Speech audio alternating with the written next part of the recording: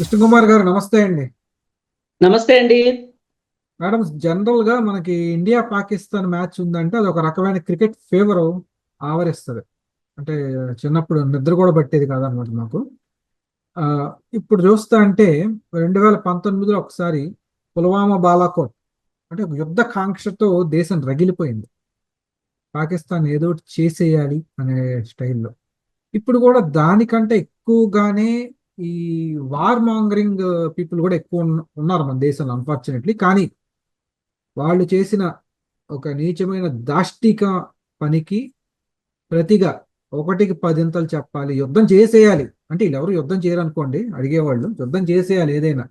మా మోడీ గారు వెళ్ళాలి, బస్తీ మీద సవాల్ యుద్ధం చేసేయాలి అని ఆ, ఫేస్బుక్ మీద, వాట్సాప్, ఇన్స్టాగ్రామ్ ఇలా సోషల్ మీడియాలో స్టేటస్ల రూపంలో, హ్యాష్ ట్యాగుల రూపంలో ఫుల్గా ట్రెండింగ్ చేస్తున్నారండి. అసలు యుద్ధం చేయాలంటారా పాకిస్తాన్తో? మీ ఒపీనియన్ ఏంటండి? యుద్ధం ఖచ్చితంగా చేయాలండి. కాకపోతే యుద్ధం చేసే ముందు మనకు ఒక క్లారిటీ కావాలి. దేని మీద యుద్ధం చేయాలి, ఎవరి మీద యుద్ధం చేయాలి, ఎందుకు చెయ్యాలి, ఎందుకు చెయ్యాలి అన్నది ముందు మనం మాట్లాడుకోవాలి. ఎందుకు చేయాలంటే ఈ ఇలాంటి దాడుల వల్ల మన ఆర్థిక వ్యవస్థ చిన్నాభిన్నం అవుతుంది. అలాగే ఆర్థిక మూలాలంటే ఏం ఏం చెప్పుకోవచ్చు అంటే, ఇవాళ కశ్మీర్ ఉంది. కశ్మీర్ తివాచీని ఒక్కసారైనా అలా ముట్టుకుని చూడాలి అనే వ్యక్తులు చాలా మంది ఉన్నారు ప్రపంచవ్యాప్తంగా, ఒక్క భారతదేశం కాదు. అలాగే అక్కడ చాలా ఉత్పత్తులు ఉంటాయి కాశ్మీర్లో. అలాగే ఆ ఈ వేరే ఏ దేశాలకి తీసిపోని అందాలు కాశ్మీర్ లోయలో ఉన్నాయి. ఇప్పుడు ఆ, ఇక్కడ దాడి జరిగిన ప్రదేశాన్ని న్యూజిలాండ్లో ఉన్న ఒక ప్రదేశంతో పోలుస్తారు. మరి ఇలాంటి చోటకి రాకుండా భయపడిపోయి భయభ్రాంతులు అయ్యారనుకోండి, ఒక రకంగా మనకి పర్యాటకం నుంచి వచ్చే ఆదాయం తగ్గిపోతుంది కదా. ఇప్పుడు పర్యాటకం మీదుగా వచ్చే ఆదాయం తగ్గిపోతే ఏం జరుగుతుంది అంటే, మొదటిగా పడేది ఎవరి మీద అంటే, దేశానికి వచ్చే జీడిపి సంగతి కాసేపు పక్కన పెడితే, ఆ లోకల్ పీపుల్ ఎవరైతే ఉంటారో, వాళ్ళు చేతి వృత్తులతో చేసుకునే వాళ్ళు కావచ్చు, ఆర్టిజాన్స్ కావచ్చు, లేకపోతే అక్కడ హోటల్ ఇండస్ట్రీ మీద ఆధారపడిన వాళ్ళు కావచ్చు, గైడ్స్ కావచ్చు, ఇలా అసలు మొత్తం అందరికీ ఇబ్బంది అవుతుంది. వాళ్ళ వృత్తి మొత్తం మీద దెబ్బ తగులుతుంది. మరి తగిలితే అక్కడ లోకల్గా ఒక ఆర్థిక రంగం మీద దెబ్బ పడితే, అక్కడ ఉన్న యువకులు ఎవరైతే ఉన్నారో ఆ యువకులు నిరాశకి గురైతే గనక, నిస్పృహకి గురైతే గనక, వాళ్ళు హిందువులైతే హిందూ మతం గొప్పది, హిందూ మతమే మాకు న్యాయం చేస్తుంది అనుకోవటము. ముస్లిమ్స్ ఉన్నారు అక్కడ, ఆ ముస్లిమ్స్ మన భారతీయులే, వాళ్ళు మన మన జాతి పౌరులే. వాళ్ళు మన హిందువులు ఎట్లా అయితే ఈ దేశ జాతి పౌరులో, వాళ్ళు కూడా ఈ దేశ పౌరులే. మరి వాళ్ళకేమనిపిస్తుంది, అసలు హిందూ ముస్లిం పంచాయతీ ఏంటి, భారతదేశం పాకిస్తాన్ పంచాయతీ ఏంటి, అసలు మధ్యలో మనం నలిగిపోవటం ఏంటి, అలాగే ఈ మధ్యలో చూడడానికి వచ్చిన వాళ్ళు చచ్చిపోవడం ఏంటి అనే ఒక ఆలోచన ఇక్కడ కూర్చుని వాట్సాప్ యూనివర్సిటీలో పండితుల్లాగా మాట్లాడితే వాళ్ళకి, వీళ్ళ భావోద్వేగాలకి వాళ్ళ భావోద్వేగాలకి చాలా వ్యత్యాసం ఉంటుంది. మీది కడుపు నిండిన వ్యవహారం, డ్రాయింగ్ రూమ్లో కూర్చొని టీవీ చూస్తూ, మధ్యలో మధ్యలో మంచింగ్ చేస్తూ, అవసరమైతే ఇంకా చాలా పనులు చేస్తూ, చాలా కాలక్షేపం పటాన్ని కబుర్లు చెప్పడం చాలా ఈజీ అండి. ఇవాళ చాలా మందికి యూట్యూబ్ ఛానల్స్ ఉన్నాయి, పర్సనల్ బ్లాగ్స్ ఉన్నాయి, పర్సనల్ ఛానల్స్ ఉన్నాయి. వీళ్ళందరూ ఏం చెప్తున్నారు ఇవాళ మనకి, 28 మంది చచ్చిపోయారు అని చెప్తున్నారు కదా. ఎస్, కరెక్ట్, చనిపోయారు. 28 మంది చనిపోవడం వెనకమాల ఉన్న వ్యవహారం ఏంటి అంటే, కాశ్మీర్ మీద మాదా అని కొట్టుకోవడం, దాన్ని పూర్తిగా రాజకీయం చేసేయటం. ఎవరికి అవసరమైనప్పుడు, ఎవరికి వీలైనప్పుడు వాళ్ళు రాజకీయానికి ఆ ప్రదేశాన్ని వాడుకోవటం, కాశ్మీర్ని వాడుకోవడం. ఒకప్పుడు పుణ్యభూమి నాదేశం అని ఒక సినిమా వచ్చింది, అలాగే హిందీలో కూడా ఒక సినిమా వచ్చింది, దానికి రీమేక్ అనమాట. అక్కడ నానా పటేకర్ చేస్తారు. ఆయన అంటాడు, రాజకీయ నాయకులు ఏదైనా గొడవలు పెట్టాలనుకున్నప్పుడు, ప్రజలు ఏదైనా ఆలోచిస్తున్నారు, వాళ్ళ అవసరాల పట్ల ఆలోచిస్తున్నారు అన్నప్పుడు, అంటే నేను జస్ట్ చెప్తున్నాను, యాస్టీజ్ డైలాగ్స్ కాదు, అన్నప్పుడు ప్రభుత్వాలు ఏం చేస్తాయి అంటే వాళ్ళ వైఫల్యాలను కప్పిపుచ్చుకోవటం కోసం ఆ మసీదులో పంది మాంసం దొరికింది, లేదు గుడిలో ఆవు మాంసం దొరికింది, ఇవన్నీ వదిలేస్తారు, ఇంకా పొలోమని వెళ్ళిపోతారు. భారత్ మాతాకి జై, భారత్ మాతాకి జై అంటారు. నేను భారత్ మాతాకి జై అనట్లేదు, కానీ ఎప్పుడు అనాలి, ఎందుకు అనాలి, ఎవరి కోసం అనాలి అనే ఒక క్లారిటీ ప్రజలకు ఉంటే, ఈ ప్రజల్ని వెర్రి గొర్రెలను చేసి ఆడించరు ఈ రాజకీయ పార్టీలు. ఈ పార్టీ ఆ పార్టీ, నేను ఏ పార్టీని సమర్థించట్లా ఈ విషయంలో. మరి ఇలాంటి పరిస్థితుల్లో ఎందుకు చెయ్యాలి అనే ఒక ఆలోచన మనకి రావాలి. మన ఆర్థిక పరిస్థితులు పాడైతే మనం ఏం చెయ్యాలి, మనం బిలో పావర్టీ లైన్ కింద మనం ఉంటే మన పరిస్థితి ఏంటి? ఈరోజు ప్రపంచ ఆర్థిక నివేదికలు చెప్తున్నాయి ఏంటి అంటే, సర్వేలు చెప్తున్నాయి ఏంటి అంటే, యాక్చువల్గా ఈ సబ్జెక్ట్ నేను అసలు మీతో కలిసి చేద్దాం అనుకున్నా, కానీ ఇప్పుడు సందర్భం వచ్చిందని చెప్తున్నా. ఈ దేశంలో ఉన్న 90% మందికి ప్రభుత్వ ఉద్యోగులతో సహా, ఇది ఇన్వర్టెడ్ కామాస్ లో పెట్టుకోండి, 1 తారీఖు జీతం వస్తుందా రాదా అనే ఒక భయంలో బతుకుతున్నారు సామాన్యులు, దేశ ప్రజలు అనేది ఒక సర్వే. ఇది భారతదేశం వాళ్ళు ఇచ్చింది కాదు. అలాగే ఇంకొకళ్ళు, దేశం మొత్తం సంపద 60 మంది చేతుల్లోనే ఉంది, 40 మందికి అసలు ఏది సంపదే లేదు ఈ దేశంలో. ఆ 60 మందిలో ఉన్న సంపద కూడా 1% దగ్గర కేంద్రీకృతం అవుతుంది. అంటే దీని లెక్కన 99% మంది ఈ దేశ సంపదను మొత్తాన్ని పంచుకుంటే, అతి తక్కువ శాతాన్ని 1% సంపదని ఇంతమంది పంచుకుంటే, ఆ 1%గా ఉన్న వాళ్ళు 99% సంపదని పంచుకుంటున్నారు. ఇది తీవ్రమైన ఆర్థిక అసమానతలకి దారి తీస్తుంది. ఇది ఏమంతా యువతకి మంచిది కాదు, యువత భావోద్వేగాలకి ఇది మంచి పరిణామం కాదు, దీనిపైన చర్యలు తీసుకోవాలి అని చెప్తున్నారు. ఆక్స్ఫామ్ లాంటిది చెప్తుంది, ILO చెప్తుంది, ఇక్కడ భద్రత లేదు, ఉద్యోగ భద్రత లేదు అని. మరి ఇలాంటి వాటి పట్ల మనము ఖచ్చితంగా యుద్ధం చేయాలి. ఎందుకు చేయాలి అంటే ఇది వీటి కోసం చేయాలి. సరే, ఎవరు చెయ్యాలి? యుద్ధమే చేయాల్సి వస్తే పాకిస్తాన్ తోటి ఎవరితో చెయ్యాలి? ఎవరు చెయ్యాలి? ప్రభుత్వాలు చెయ్యాలి. ఎలా చెయ్యాలి? ఈరోజు నా దగ్గరకు 4 ఆయుధాలు ఉన్నాయి, అమెరికా ఇచ్చిన ఆయుధాలు అని చెప్పి, లేదు మాకు స్వదేశీ పరిజ్ఞానం చాలా ఎక్కువైపోయింది, మా దగ్గర ఆయుధాలు ఉన్నాయి అని చెప్పి మనం బస్తీ మే సవాల్ అంటే, ఆ బస్తీ మే సవాల్ వల్ల వచ్చే లాభాల సంగతి పక్కన పెట్టండి, దానివల్ల వచ్చే దుష్పరిణామాల్ని మనము భరించగలిగే స్థాయిలో మన దేశం ఉందా? మరి ఇంత తీవ్రమైన అసమానతలు ఉన్నాయి ఈ దేశంలో, ఈ తీవ్రమైన భద్రత లేని ఈ దేశంలో ఈ యువత, ఇలాంటి పరిస్థితుల్లో యువత యుద్ధము అంటే ఎవరి మీద చేస్తామండి యుద్ధం?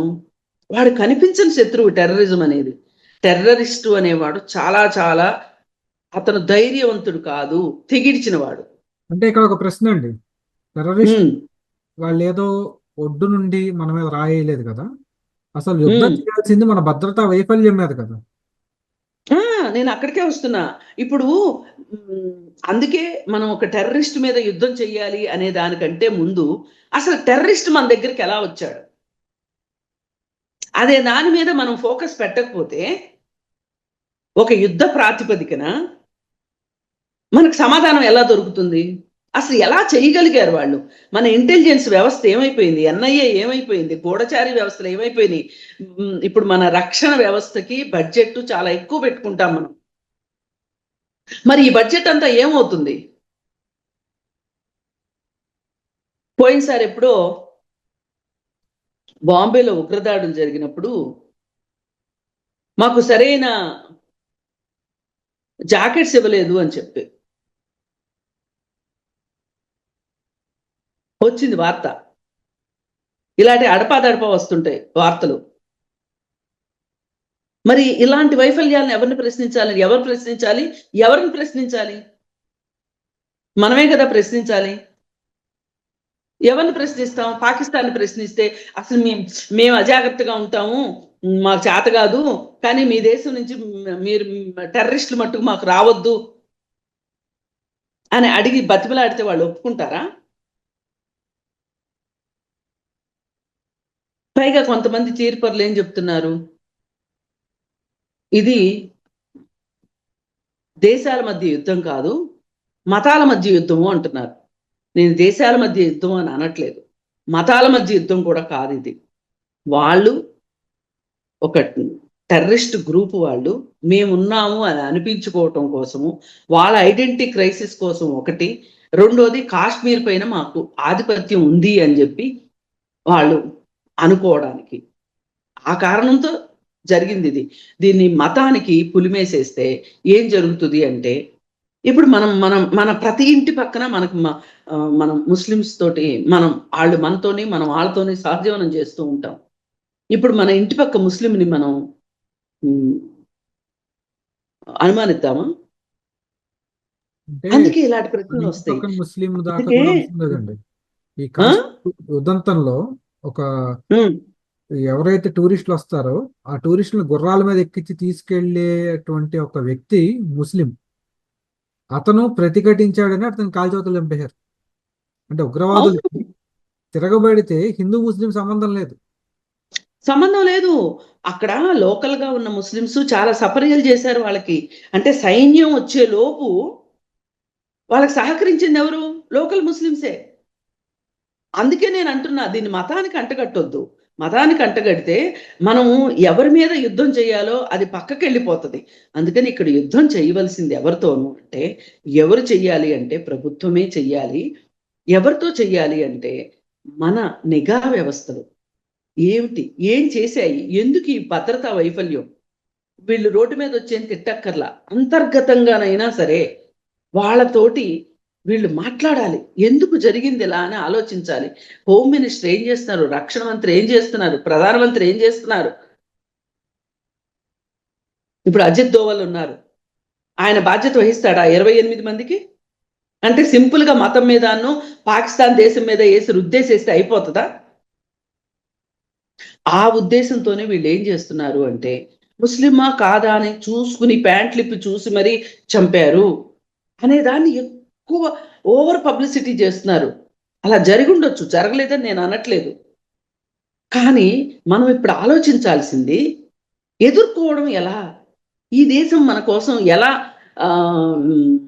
ఇది దేశాన్ని కాపాడుకోవటానికి ఎంతండి. కాశ్మీర్కి మనకి పాకిస్తాన్కి కాశ్మీర్కి మధ్యలో సరిహద్దు ప్రాంతంలో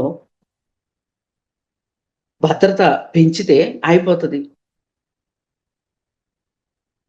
ఎందుకు చేయట్లేదు ఆ పని? ఒక మినిస్టర్ వెళ్తున్నాడు అంటే ముందు 10 కార్లు వెనక 10 కార్లు వెళ్తాయి. ఒక ప్రధానమంత్రి వెళ్తున్నాడు అంటే అంతే. నేను వాళ్ళకి భద్రత ఇవ్వద్దని నేను చెప్పట్లా. మీ వ్యక్తిగత భద్రత మీకు అంత ప్రాధాన్యత ఉంటే గనక, మీకంత ఓఎస్డీలు పెట్టుకుని మీరు అంత ప్రజాధనం మీరు వినియోగం చేసుకుంటున్నారు కదా, దుర్వినియోగం అనను, వినియోగిస్తున్నారు కదా, అది అక్కడ ఎందుకు చేయరు మీరు? పైగా యుద్ధము అనగానేనండి, విఘ్నత ఉన్న వాళ్ళకి ఎవరికైనా సరే కాళ్ళు చేతులు ఆడవు, బుర్ర పనిచేయదు. అమ్మో యుద్ధమా అంటారు. ఒక్కసారి యుద్ధ క్షేత్రంలోకి వెళ్తే తెలుస్తుందండి. ఏమండి, సైన్యంలోకి పేదవాళ్ళ పిల్లలే వెళ్తారు ఎందుకండి? ఏం డబ్బులున్న వాళ్ళ పిల్లలు వెళ్ళరు ఎందుకనండి? మనం కొన్ని వేరే దేశాలను చూసి నేర్చుకోవాలి. ఇజ్రాయిల్లో ప్రతి పౌరుడు 2 సంవత్సరాలు కానీ 3 సంవత్సరాలు కానీ యుద్ధంలో పనిచేయాలి అని చెప్తారు. ఇక్కడ రమ్మని చేయమనండి, ఇక్కడ అసలు ఆ నిబంధన పెట్టమనండి.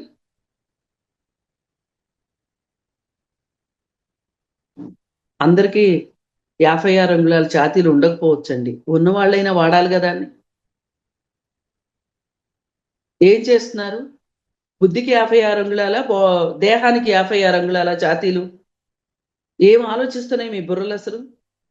జనాల్లో ఏదో ఒకటి, ఇందాక నేను చెప్పినట్టు పుణ్యభూమి నా దేశం సినిమాలో డైలాగ్ లాగా అందరూ వేలవేశారు ఆ సినిమా. ఈ రోజుకి ఆ ఆ సినిమాలో డైలాగులు వస్తే అసలు చాలా బాగా ఒళ్ళు గొగ్గురు పొడిచేటట్లుంటాయి. కఠిన వాస్తవాలు ఆ సినిమాలో చూపించినాయి.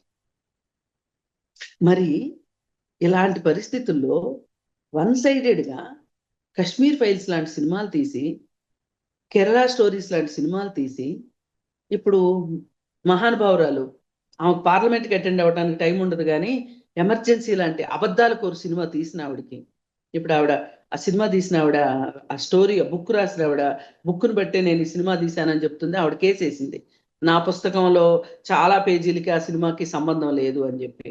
ఆవిడ ఆన్సర్ ఇవ్వట్లేదు ఆవిడకి. ఇలా నేను అనేది ఎందుకంటే, మీరు ఈ అబద్ధాల ప్రచారం చేసి ప్రజలకు ఎన్ని రోజులు ప్రజల్లో మీరు ఇయర్ పాడ్స్ పెడతారు, కళ్ళ గంతలు కడతారు, హిందుత్వ జపం చేయిస్తారు చెప్పండి? ఇవాళ అసలు డిమానిటైజేషన్ తీసుకొచ్చినప్పుడు మోడీ ఏం చెప్పాడండి? ఉగ్రవాదులకి డబ్బులు అందకుండా ఉండాలి అంటే గనక మన నోట్లు మంచిగా ఉండాలి అని చెప్పారు.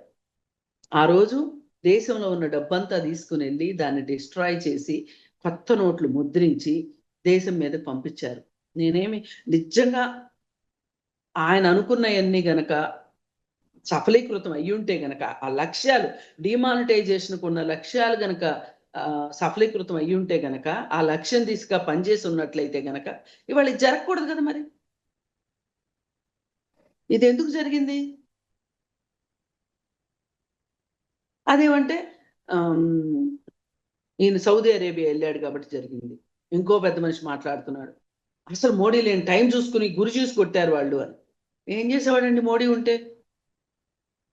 మోడీ కానీ సరి అయిన ఆలోచన చేస్తున్నట్లయితే గనక అమిత్ షా తోటో, రక్షణ మంత్రితోటో, సరి అయిన అజిత్ దోవల్తోనో సరి అయిన మంతనాలు జరిపి ఏం జరుగుతుంది, ఎక్కడన్నా వైఫల్యాలు ఉన్నాయా, ఇది మనకి చాలా వాళ్ళేమీ ఆకాశంలో నుంచి డ్రోనులతోటి ఏమీ చేయలేదుగా,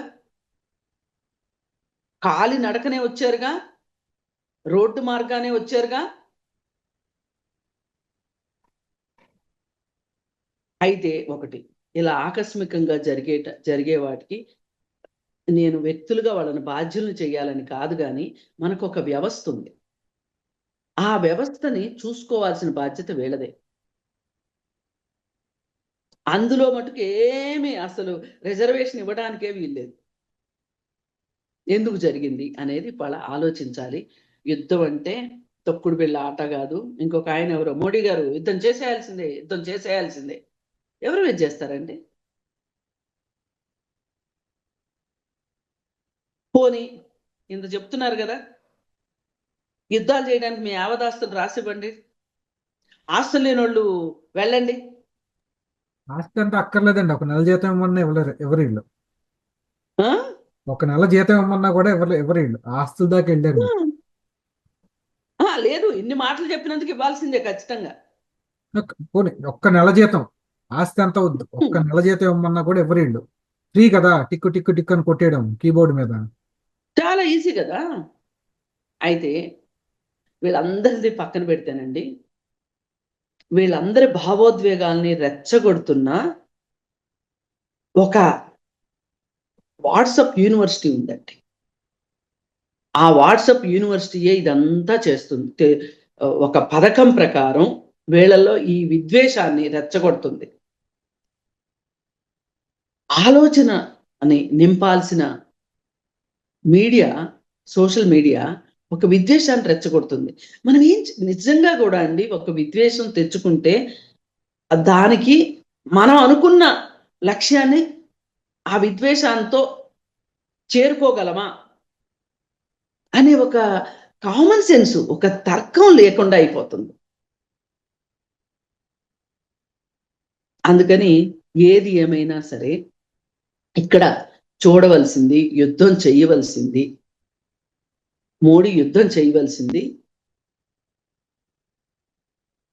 భద్రతా దళాల వైఫల్యాల మీద, ఇంటెలిజెన్స్ వ్యవస్థ మీద, ఎన్ఐ ఎన్ఐఏ వ్యవస్థ సరిగా ఉందా లేదా, లేకపోతే అధికారులను మార్చటమా, వాటి మీద యుద్ధం చేయాలి అని నేను ఖచ్చితంగా కోరుకుంటున్నాను.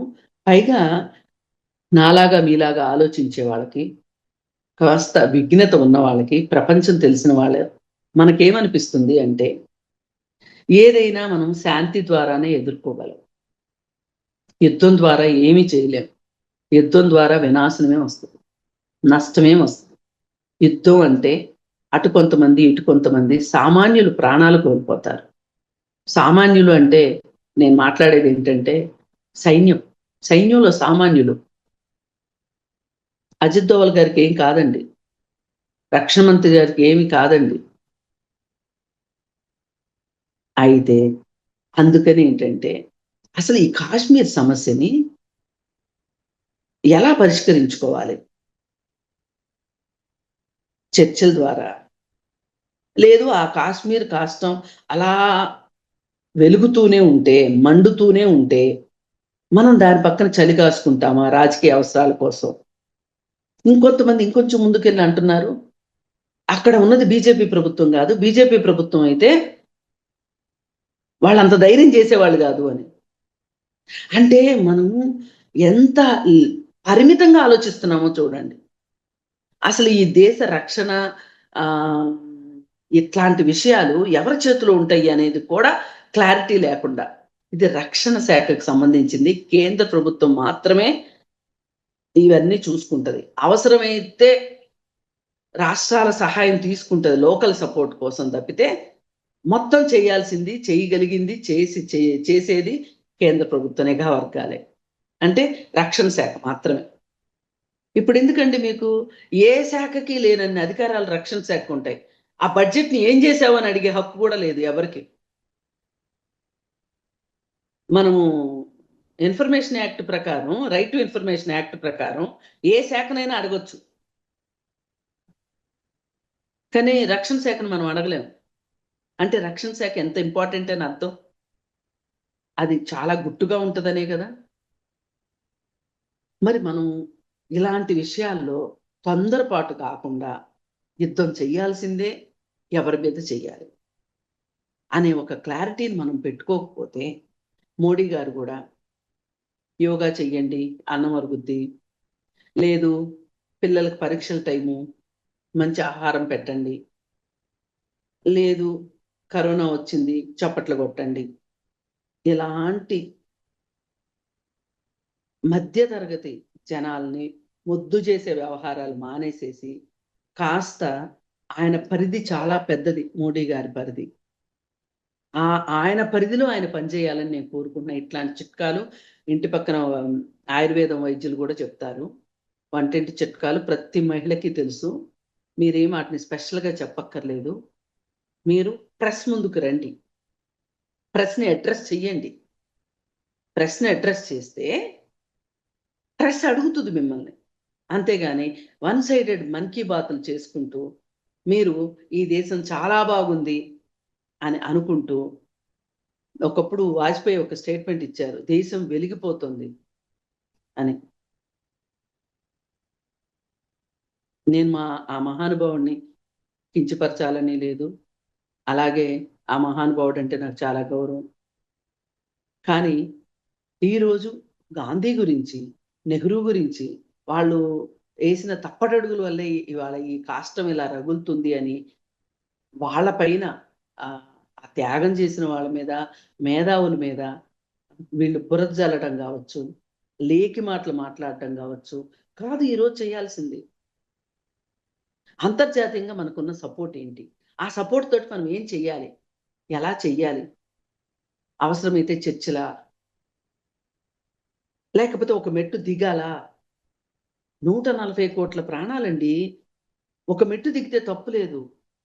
అదేదో పవన్ కళ్యాణ్ గారు సినిమాలో ఒక డైలాగ్ ఉంటది కదా, ఎక్కడ తగ్గాలో తెలియాలి, ఎక్కడ నెగ్గాలో తెలియాలి అని. అలా మనం దౌత్యం అంటే అది అలా చేసుకుంటూ వెళ్ళాలి. అది ఒక పద్ధతి. కాదు కూడదు మేము ఇజ్రాయెలు పాలస్తీనా లాగా కొట్టుకుంటాము అంటే దాడులు చేసుకుంటాము. ఆత్మాహుతి దళాలు మాకు చాలా అలా అలా జరిగితేనే మాకు చాలా సంతోషంగా ఉంటది అని ఎవరన్నా అనుకుంటే మనం ఒకటే పూర్ క్రీచర్స్ అని వదిలేయడమే. మన దేశం అయితే అలా లేదు. అలా కాదు మన దేశం విధానం మొదటి నుంచి కూడా. దాన్ని చేతకానితనం అని మాట్లాడుతున్నారు. ఓకే. చేతయింతనమే అనుకుందాం. చెయ్యండి, యుద్ధం చేయండి. యుద్ధంలోకి ఇప్పుడు పిలిపిస్తారు యుద్ధం అని. ఎంతమంది వెళ్తారు చెప్పండి? ఇప్పుడు హిందుత్వం మీద దాడి అని చెప్పేవాళ్ళు, హిందూ మతం మీద దాడి అని చెప్పేవాళ్ళు, భారతదేశం అంటే మాకు అసలు ఉప్పొంగిపోతుంది అనేవాళ్ళు ఎంతమంది వెళ్తారో చెప్పండి? పిలిపివ్వండి. ఎవ్వరు వెళ్ళరు. ఎవరి పిల్లలు వాళ్ళు ఐఐటీలు చదవాలి, ఎవరి పిల్లలు వాళ్ళు డాక్టర్లు చదవాలి, ఎవరి పిల్లలు వాళ్ళు సాఫ్ట్వేర్ ఇంజనీర్లు అవ్వాలి, వ్యాపారాలు చేసుకోవాలి. అమిత్ షా కొడుకు క్రికెట్ రాకపోయినా క్రికెట్ కమిటీకి ప్రెసిడెంట్ అవ్వాలి. ఇంకా చిట్టా తీస్తే చాలా మంది ఉన్నారు. వాళ్ళ పిల్లలేమో ఫారిన్ యూనివర్సిటీలో చదువుకోవాలి. ఇప్పుడు ఈరోజు చెప్తున్న బీజేపీ నేతలు మొత్తం పిల్లలు ఫారిన్లో చదువుకుంటున్నారు. ఇక్కడ లోకల్గా జెండాలు పట్టుకొని, కాషాయ రంగు జెండాలు పట్టుకొని వీధుల్లో వీధి పోరాటాలు చేస్తుంది పేదలు, తినటానికి తిండి లేని వాళ్ళు, పూటకి గడవని వాళ్ళు, ఈ పిల్లల మీద ఆధారపడ్డ తల్లిదండ్రులు ఉన్న మన చుట్టూ ఇలాంటి విద్వేషం వద్దు మనకి. అంతర్గత పోరు కాదు మనకు కావాల్సింది, విద్వేష పోరు మనకు అసలే వద్దు. నేను ఆ శాంతి సూత్రంతోనే ముందుకెళ్దామని అనుకుంటున్నాను.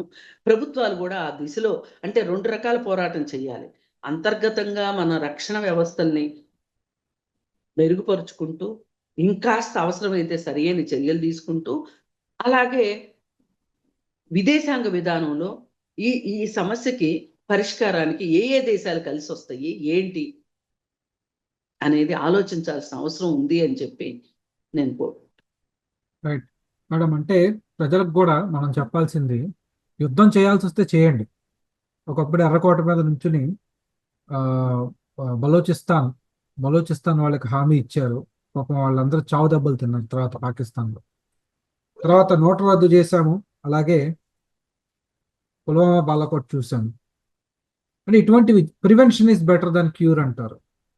అవును. ప్రివెంట్ చేయండి, దానికి ఏం కావాలో చేయండి.